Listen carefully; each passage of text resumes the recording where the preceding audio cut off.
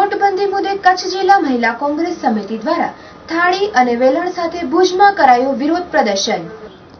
કેન્દ્ર સરકાર દ્વારા નોટબંધીનો નિર્ણય લેવાયા બાદ પરેશાન થતા લોકોને રાહત મળે અને પ્રજામાં જાગૃતિ લાવવા તથા ભાજપની નિષ્ફળતાને ઉજાગર કરવા આજે મહિલા કોંગ્રેસ દ્વારા રેલી યોજાઈ હતી, જેમાં થાળી વેલણ વગાડી સૂત્રોચ્ચાર કરી અને રસ્તાઓ રોકી ઉગ્ર વિરોધ કરાયો હતો। જિલ્લા કોંગ્રેસ પ્રમુખ નરેશ મહેશ્વરીની ઉપસ્થિતિમાં મહિલા કોંગ્રેસ પ્રમુખ કલ્પનાબેન જોશીના નેતૃત્વ હેઠળ આ કાર્યક્રમ યોજાયો હતો, જેમાં પ્રદેશ હોદ્દેદારો નવલસિંહ જાડેજા, જુમાભાઈ રાયમા, વી.કે. હુંબલ, આદમભાઈ ચાકી સહિતના ઉપસ્થિત રહ્યા હતા।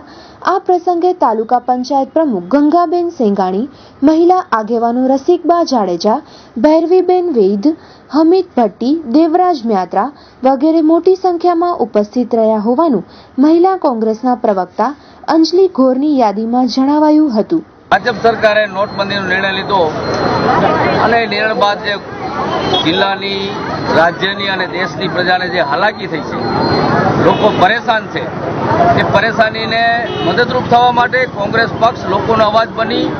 અને અલગ અલગ કાર્યક્રમોથી લોકોની વચ્ચે જઈ અને ભારતીય જનતા પાર્ટીની બેરીમૂંગી અને નિષ્ફળ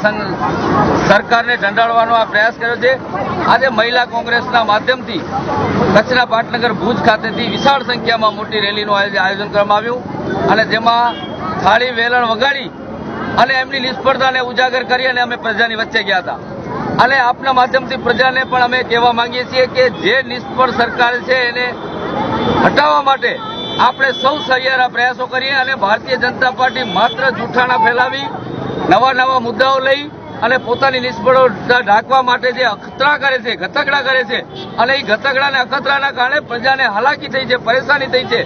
અને એના માટે કોંગ્રેસ પક્ષ લોકોના અવાજ બની અને પ્રતિકાર કરવા માટે આજે વિશાળ સંખ્યામાં આજે રેલી યોજી છે।